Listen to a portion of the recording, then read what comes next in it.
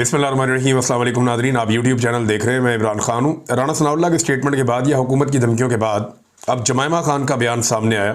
ये इमरान खान साहब की साबिका अहलिया है और ये इमरान खान साहब के बेटों की वालदा हैं। यानी जो दो बेटे इमरान खान साहब के वो बरतानिया में, वो इनके पास रहते हैं अपनी माँ के पास। तो वो अब आना चाह रहे थे पाकिस्तान में भी और अमेरिका भी जा रहे हैं। वो ख़ुद से आवाज़ उठाना शुरू हुए हैं अपने बाप की आज़ादी के लिए, और ये हर बेटे का हक होता है। तो इसमें जमायमा ने कहा कि मेरे बेटों को इजाज़त नहीं है कि वो फ़ोन पर अपने बाप से बात कर सकें, और उन्हें जो है एक ऐसी कैद में रखा गया जहाँ कैद तन्हाई है और 2 साल हो गए हैं। और पाकिस्तान की गवर्नमेंट ने अब ये कह दिया है कि अगर वो अपने बाप को मिलने के लिए जाएंगे, यानी मेरे बेटे अपने बाप को मिलने के लिए जाएंगे, तो उन्हें भी गिरफ्तार कर लिया जाएगा और उन्हें जेल में सुलाखों के पीछे डाल दिया जाएगा। ये किसी जमहूरियत में नहीं होता, या किसी चलती हुई रियासत के अंदर ये नहीं होता, फंक्शनिंग स्टेट के अंदर नहीं होता। ये सियासत नहीं है, ये एक ज़ाती इंतकाम है। ये जनाब जमायमा खान ने इसके ऊपर एक स्टेटमेंट दिया है। इस स्टेटमेंट को लेकर बड़ा रोला पाकिस्तान में पड़ा हुआ है। PMLN भी इस पर बात कर रही है, बाकी जमातें भी इस पर बात कर रही हैं। तो देखें, ये एक रियलिटी है कि इमरान खान साहब ने जमायमा को मुसलमान करके उनके साथ शादी की, और इमरान खान के बेटे जो है वो मुसलमान हैं। और वो यानी जो लोग यहाँ उन्हें मिलते हैं उन्हें पता है कि वो मुसलमान है। अब मैं इसके बारे में ज़्यादा बात करना नहीं चाहता, लेकिन उनका बाप मुसलमान है, वो भी मुसलमान है। उनके ऊपर एलिगेशन लगाते हैं जी ये यहूदी है। सारी ज़िंदगी इमरान खान पे भी एलिगेशन लगाया कि ये कोई यहूदियों का एजेंट है। लेकिन आप ये देखें ना कि हुआ क्या। अभी इसराइल को तस्लीम करने की बात कौन कर रहा है? इस वक्त तो ये इसराइल के खिलाफ किसी किस्म का मुजाहरा पाकिस्तान में नहीं होने देते, बल्कि टीवी चैनल में अपने टाउट्स के जरिए से और डिफरेंट लोगों के जरिए से ये ओपिनियन बना रहे हैं कि कभी कोई बात कर देता है, कभी कोई बात कर देता है, कभी इनके वज़रा आकर बैठ जाते हैं, अब्राहम अकॉर्ड के ऊपर बात करते हैं। तो ये मदद को भी इमरान खान के खिलाफ इस्तेमाल करते हैं, बार बार करते हैं, अपनी ज़ाती फ़ायदे के लिए करते हैं, और ये पुराना तरीक़ाकार है, कोई नई बात नहीं है। अब जमायमा खान का स्टेटमेंट आया तो उनके ऊपर अटैक किया जा रहा है। पहले ये कहते थे कि इमरान खान के बेटे क्यों नहीं आते एहतजाज करने के लिए, अब कहते हैं जी वो बेटे क्यों आ रहे हैं एहतजाज करने के लिए। ये किसी तरफ भी खड़े नहीं होते। राना सनाउल्लाह साहब ने एक रद्द-ए-अमल दिया है, और अब वो इंटरव्यूज देते हुए, क्योंकि राना साहब का आपको पता है कि जब भी तहरीक खड़ी होने लगती है तो राना साहब को फ्रंट पे लाया जाता है। राना साहब को इस बात की कोई फिक्र नहीं है कि लोग उनके बारे में क्या कहेंगे, या वो गैर डेमोक्रेटिक बात कर रहे हैं, गैर जमहूरी बात कर रहे हैं। वो फिर धमकियां लगाते हैं राना साहब आकर खुलकर। तो राना सनाउल्लाह साहब कह रहे हैं कि अगर कम लोग निकले ना तो बड़ा सख्त रद्द-ए-अमल हो सकता है। खैबर पख्तूनख्वा में तो लोग निकल के वो कह रहे हैं जी एहतजाज करेंगे, और वहां पे अपना जलसा जुलूस करके अपने घरों को जाएं। लेकिन राना साहब का ये कहना है कि बाकी जगहों पे जहां तीनों सूबों में लोग निकलेंगे, हम उन्हें मारेंगे, उन्हें गिरफ्तार करेंगे, पुलिस उनको नहीं छोड़ेगी, उनको नताइज बर्दाश्त करने पड़ेंगे या नताइज का सामना करना पड़ेगा, उनके लिए ठीक नहीं होगा। ये राना सनाउल्लाह साहब ने बाकायदा धमकी वाला स्टेटमेंट देना शुरू कर दिया। आने वाले दिनों में आप देखेंगे धमकियां बढ़ती चली जाएंगी, जैसे जैसे पाकिस्तान तहरीक-ए-इंसाफ की तहरीक जो है वो ऊपर की तरफ जाएगी। हालात नादरीन इनके ये है कि इमरान खान के खिलाफ जो गवाह था ना पुलिस वाला, उसका आप काम चेक करें, उसने गवाही दी है, और जो गवाही दी है वो गवाही सुन के आप अपना सर पकड़ के बैठ जाएंगे कि ये किस तरह के लोगों को इन्होंने इमरान खान के पीछे लगाया है। यानी जिस पुलिस एहलकार ने भेस बदल के ये कहा था कि मैं भेस बदल के इमरान खान के घर में दाखिल हो गया, मैं गया जाके मैं कमरे के अंदर कहीं छुप गया, इमरान खान को पता ही नहीं चला, उसने पूरी प्लानिंग की 9 मई की, मैंने वो प्लानिंग सुन ली, मैं ऐनी शाहिद हूं, मैं गवाह हूं। इसको ये पता ही नहीं है कि इमरान खान के कमरे के अंदर 2, 4, 5 लोग ही आते थे, बाज़ ज़्यादा लोग भी बैठ जाते थे, लेकिन वहां जाने के लिए 3 दरवाजों से गुजरना पड़ता था। एक एक बंदे का नाम वो पढ़ते थे, अंदर जाने का तो रास्ता ही कोई नहीं है। कोई बंदा बाहर वाला तो अंदर जा ही नहीं सकता, ये कोई मजाक थोड़ी है, कोई भी मुंह उठाएगा अंदर जाके बैठ जाएगा। अब इस बंदे का एक और स्टेटमेंट देखें जो बड़ा ही इंटरेस्टिंग है, जो इसने अदालत में दिया। इस बंदे ने अदालत को बताया, ये मोहम्मद उमैर साहब है जर्नलिस्ट जिन्होंने खबर रिपोर्ट की, बड़ी मजेदार है। इस बंदे ने अदालत को बताया, पुलिस एहलकार ने जो भेस बदल के गया था जमान पार्क में, उसने कहा जी जमान पार्क के गेट से जो दरवाजे का फासला है, इमरान खान के अंदर वाले दरवाजे का और बाहर वाले गेट का जो फासला है वो जनाब 400 मीटर है। यानी ये बंदा कभी मेरे ख्याल में जमान पार्क गया ही नहीं। इमरान खान का टोटल घर 100 मीटर का नहीं होगा, बल्कि ये गेट की बात कर रहे हैं। जो बाहर बैरियर लगा हुआ था ना सड़क के ऊपर, वहां से लेके आपने इमरान खान तक जाना है ना, तो मैक्सिमम फासला आपका 100 मीटर बनता होगा, मैक्सिमम 100 मीटर बनता होगा। इसने 400 मीटर बताया। लगता है इसने रावण में ड्यूटी की हुई है, क्योंकि रायगढ़ में मियां साहब के गेट से लेके उनके घर तक 400 मीटर बनते होंगे, या चलो अगर कोई बनीगाला चले जाए तो वहां पे हो सकता है इतना फासला बन जाए इमरान खान के घर तक पहुंचने के लिए या पिछले हिस्से में घर के पहुंचने के लिए। लेकिन इतना फासला यहां जमान पार्क में तो है ही नहीं। जमान पार्क में तो आप ये दरवाजे से एंटर होते हैं, ये सामने दूसरा दरवाजा है, 100 फुट होगा मेरे ख्याल में फासला, 30 मीटर मेरे ख्याल में, 25-30 मीटर, या शायद इससे भी कम फासला होगा। बिल्कुल सामने तो वो है। यानी यहां पे लड़के क्रिकेट खेलते थे, एक विकेट जितना फासला है टोटल, कि उधर से बॉलिंग करते थे एक दरवाजे से और सामने वाले गेट पे वो खेल लेते थे। मैं वो देख रहा था क्रिकेट की वीडियोस, तो 22 मीटर की या 22 कदम की एक पिच होती है, तो भाई इतना ही फासला है। और अगर उसके बाहर आप देखें सड़क पे, तो वो बाहर भी इतनी जगह है, सारा मिला के बाहर मेन सड़क से बाहर वाले से लेके वहां से इमरान खान तक 100 मीटर होगा या इसके थोड़ा ऊपर नीचे।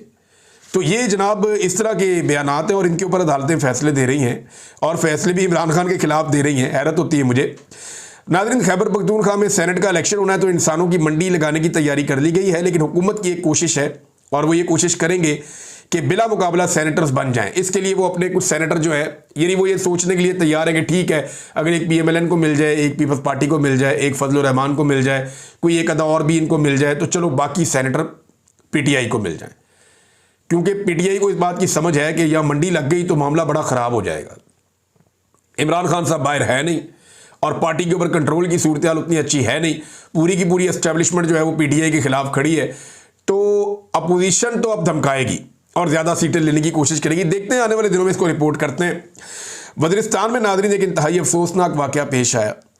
एक तो पहले आप ये देख लें कि जनूबी वज़ीरिस्तान के अंदर अमन जरगा हुआ, बहुत बड़ी तादाद में वज़ीरिस्तान के शहरी निकले, वो आए और आकर बैठे, मुख्तलिफ इलाकों से वो आए, शुमाली वज़ीरिस्तान से, जनूबी वज़ीरिस्तान से, ये लोग बैठे और इन्होंने एक ही मुतालबा किया और एक ही बात की। इन सब ने मुत्तफ़िका तौर पर ड्रोन हमलों की मुखालफत की है और इन तमाम ने मुत्तफ़िका तौर पे फौजी ऑपरेशन नामंजूर का नारा लगाया कि किसी सूरत भी फौजी ऑपरेशन नहीं होगा, हम अपने इलाके में फौजी ऑपरेशन नहीं करने देंगे। कोई एक आदमी भी आपको वहां नहीं मिलता जो कहता है कि फौजी ऑपरेशन कर दो। वो सारे ये कहते हैं कि फौजी ऑपरेशन के नाम के ऊपर हमारा कत्लेआम होता है, हमारा खून बह जाता है और दहशतगर्दी फिर भी खत्म नहीं होती। वो ये कहते हैं दहशतगर्दी आपने खत्म करनी है, कंट्रोल करना है तो बॉर्डर पर जाएं। वो ये कहते हैं कि हमारी मादनियात और हमारे वसाइल पे कब्जे की ये लड़ाई है और ये लड़ाई जो है वो हमारे लिए नहीं है, हमारे अमन के लिए नहीं है, ये कब्जे की लड़ाई है। लिहाजा वो इकट्ठे होकर आ गए और उन्होंने कहा जी फौजी ऑपरेशन नामंजूर, हम फौजी ऑपरेशन नहीं होने देंगे। अब नाज़रीन एक रहनुमा है मौलाना खान ज़ेब साहब, इनका ताल्लुक ANP से है।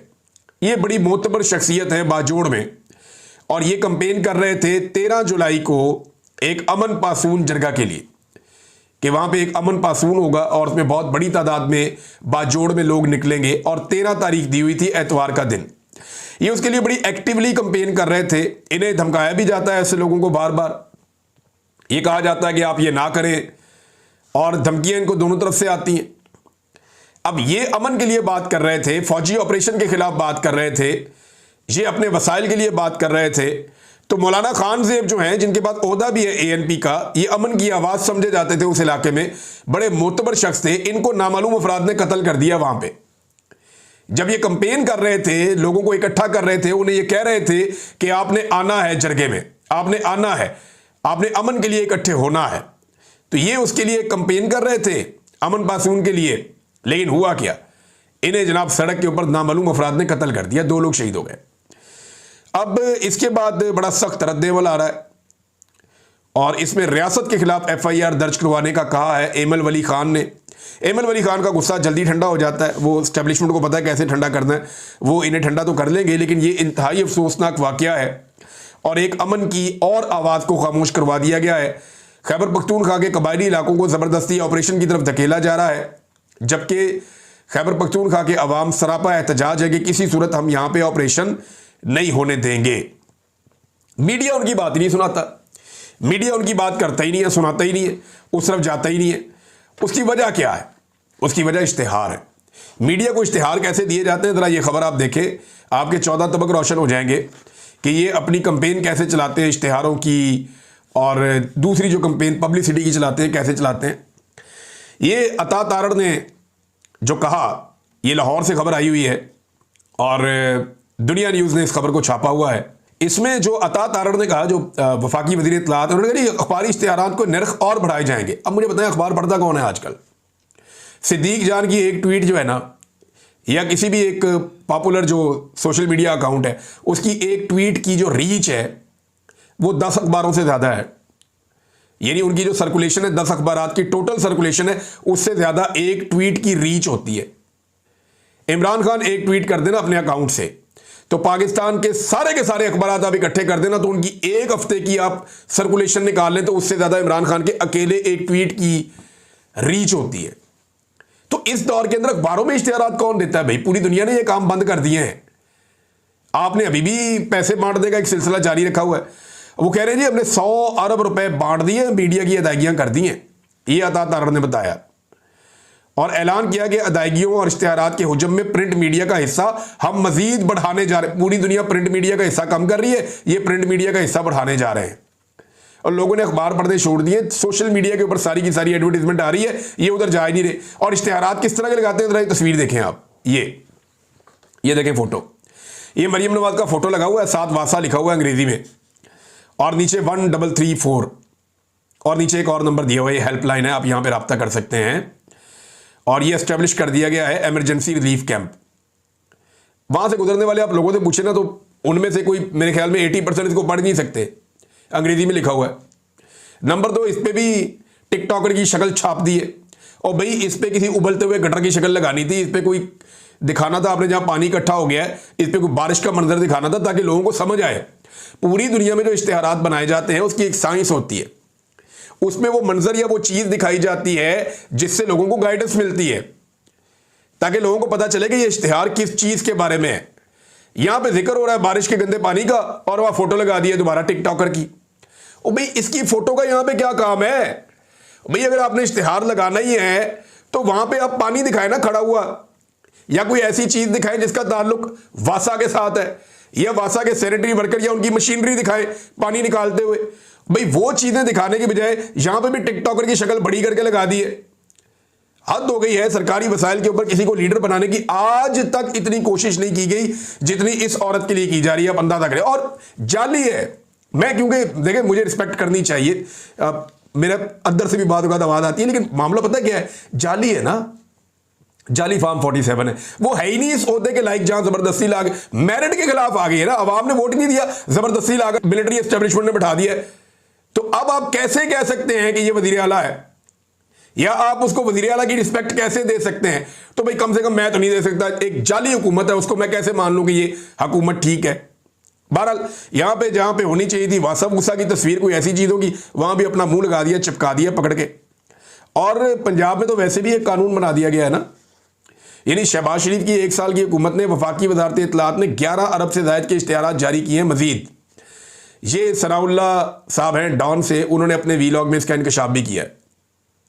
एक और चीज़ आप ये देखें कि इन्होंने एक कानून भी ये लेकर आए हैं, मेरे सामने कुछ डॉक्यूमेंट पड़े हुए थे, मैं देख रहा था, अभी इसकी तफसीलात में मैं जाऊँगा कि अब ये जितनी मर्जी अपनी मशहूरी करें, जैसी मर्जी पब्लिसिटी कैंपेन चलाएं, इनसे कोई पूछ नहीं सकता कि ये आपने इश्तिहारों की मद में और इन चीज़ों की मद में ये पैसा कहाँ खर्च किया, कैसे खर्च किया। वो उससे अपने आप को इस्तिस्ना दे रहे हैं कि जनाब हमें पूछे कोई ना कि हमने अपनी पब्लिसिटी पे आवाम का कितना पैसा उड़ा दिया है।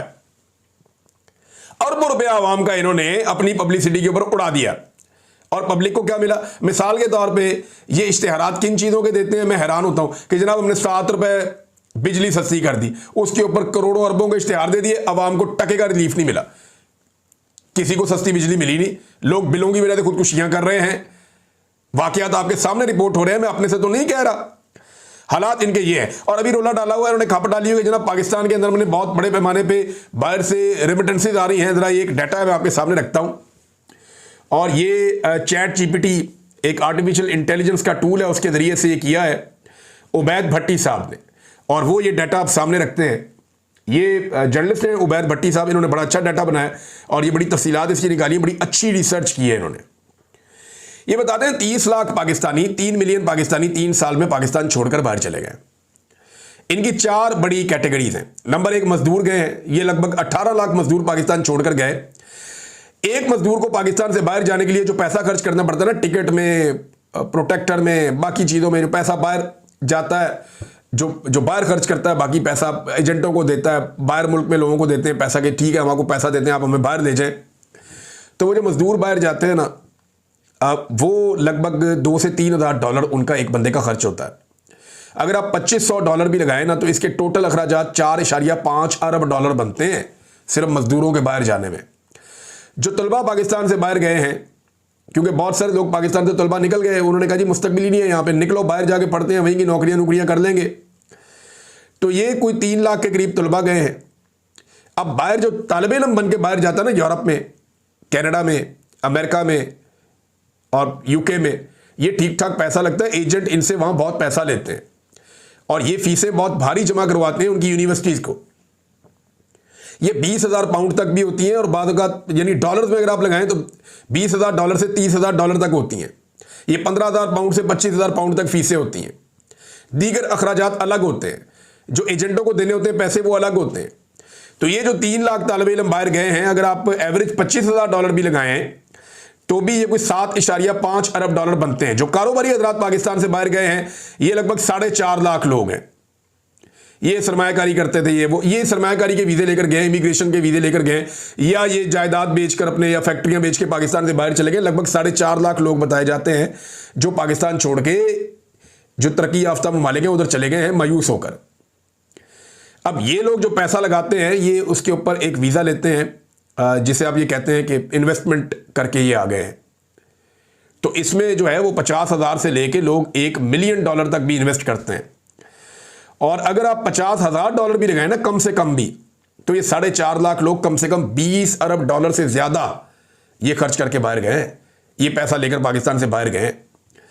और इसके बाद जो है वो दीगर ये होते हैं जो वर्क परमिट पे चले जाते हैं, स्किल वीज़ा पे चले जाते हैं, कोई जो लोग माइग्रेट हो जाते हैं, मैरिज करके चले जाते हैं, असाइलम ले लेते हैं लोग, तो इनको भी बाहर जाने में बहुत पैसा लगता है। एक नौकरी जो बाहर मिल रही है आजकल, एजेंट उसको लगभग 20,000 डॉलर, 25,000 डॉलर ऐसे बेच रहे हैं, वो डॉलर्स के अंदर बात करते हैं।